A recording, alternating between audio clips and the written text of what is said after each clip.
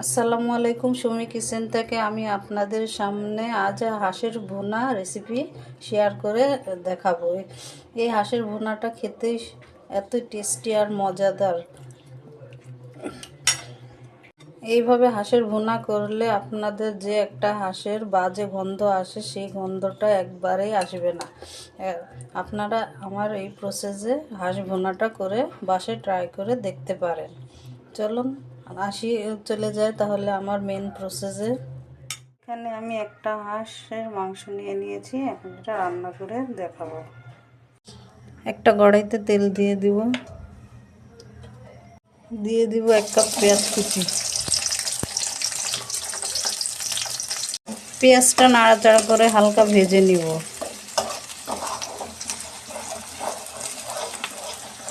এখন আমি এখানে দিয়ে দিব 2-3টা তেজপাত, দারচিনি, কালো এলাচ, সাদা এলাচ,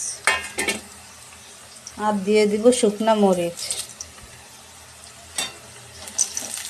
পেঁয়াজটা ভালো করে ভেজে নিয়ে এখানে দিয়ে দিব আদা রসুন বাটা, হলুদ গুঁড়ো, মরিচের গুঁড়ো, স্বাদ মতো লবণ। ভালো করে মশলাটা কষিয়ে নেব।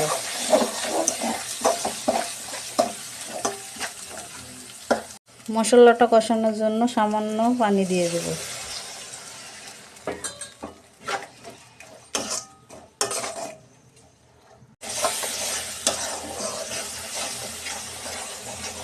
মশলাটা ভালো করে নাড়াচাড়া করে কষিয়ে নেব। খেয়াল রাখতে হবে তলায় যাতে না লাগে। মশলাটা কষানো হয়ে গেলে কেটে রাখা হাঁসের মাংসগুলো দিয়ে দেব।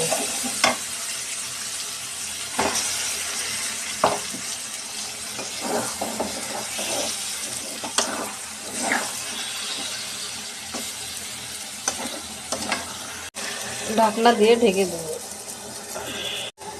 ঢাকনা উঠিয়ে নাড়াচাড়া করে এর মাঝে দিয়ে দেব কয়েকটা রসুনের টুকরো।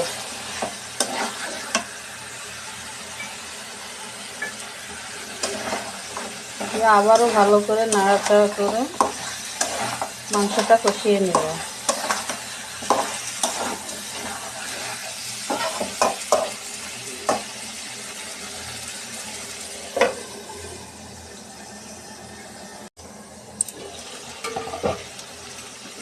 মাংসটা ভালো করে কষানো হয়ে গেলে এর মাঝে আমি দিয়ে দিব পরিমাণ মতো পানি।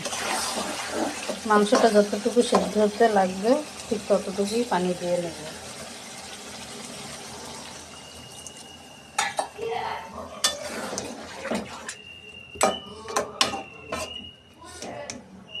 আবারও ঢাকনা দিয়ে মাংসটা রান্না করব। ঢাকনাটা উঠিয়ে আমি বারবার নেড়ে চেড়ে নিয়েছি যাতে তলায় না লেগে যায়। এভাবে মাংসটা ভালো করে কষিয়ে নিব।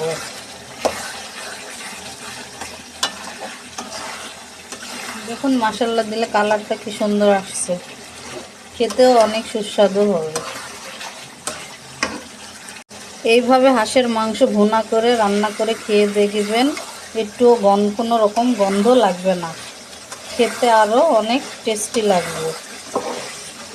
আর এই শীতে একবার হাঁসের মাংস না খেলে কি হয়, আপনারা এভাবে ট্রাই করে খেয়ে দেখবেন। যখন দেখবেন মাংস থেকে তেলটা এভাবে উপরে উঠে এসেছে তখন আমার রান্না একবারে কমপ্লিট।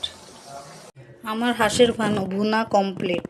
দেখতেও যেমন সুন্দর হয়েছে, খেতেও ঠিক সেরকমই মজাদার। আপনারা না খেলে বুঝতে পারবেন না। আর আমার চ্যানেলটাকে একটা লাইক অ্যান্ড সাবস্ক্রাইব করে দেবেন। সবাই ভালো থাকুন, সুস্থ থাকুন। আল্লাহ হাফেজ।